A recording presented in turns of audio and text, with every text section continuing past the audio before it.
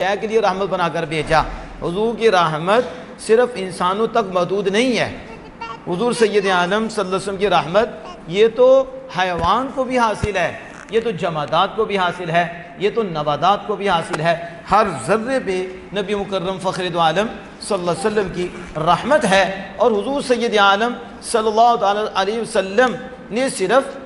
انسانوں ہی کو حقوق نہیں دیے، بلکہ آمنہ کے لال صلی اللہ علیہ وسلم کے آنے کی وجہ سے یہ حقوق جانوروں کو بھی نصیب ہوئے، اور جانوروں کے بھی حق نبی اکرم صلی اللہ علیہ وسلم نے بیان فرمائی، اور جانوروں کے ساتھ نیکی کرنے پر نبی اکرم صلی اللہ علیہ وسلم نے ترغیب دلائی۔ اس کے اوپر آقا دو جہاں صلی اللہ علیہ وسلم نے اجر اور ثواب کا ذکر فرمایا، اور جانوروں کے ساتھ بدسلوکی کرنا اور انہیں تکلیف دینا، اس کے اوپر وعیدیں نبی مکرم فخر دو عالم صلی اللہ علیہ وسلم نے سنائی کہ انہیں یہ سزا ملے گی، اس کے لیے جائز نہیں، انہیں بھی درد ہوتا ہے، انہیں بھی تکلیف ہوتی ہے، ان کے بھی حقوق ہیں، ان کے کھانے پینے کا، ان کی جگہ کا، اس کا انتظام کرنا، انہیں محفوظ کرنا، یہ تو